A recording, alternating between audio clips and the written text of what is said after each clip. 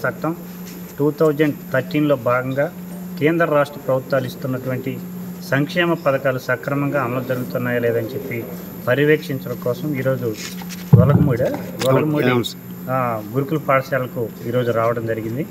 ఏదైతే రాష్ట్ర ప్రభుత్వం ఇచ్చినటువంటి మెనూ ఉందో దాన్ని సక్రమంగా అమలు జరపాలని చెప్పి ఏవైనా చిన్న తప్పిదాలుంటే వాటిని సరిదిద్ది విద్యార్థులకి నాణ్యమైన ఆహారం అందించి విద్యార్థులు మంచి ఉన్నత స్థానాలు అధిరోహించడానికి ఈ ఎవరైతే టీచర్లు ఉన్నారో టీచర్లు అధ్యాపక బృందం అందరూ కూడా తోడ్పడాలని చెప్పి భవిష్యత్తులో ఈ మొదటిసారి కాబట్టి ఈ జిల్లాలో ఉదయం నుంచి కూడా మధ్యాహ్నం నుంచి కూడా వెల్ఫేర్ హాస్టల్స్ అలాగే రేషన్ డిపోలు ఇవన్నీ కూడా తనిఖీలు నిర్వహించడం జరిగింది.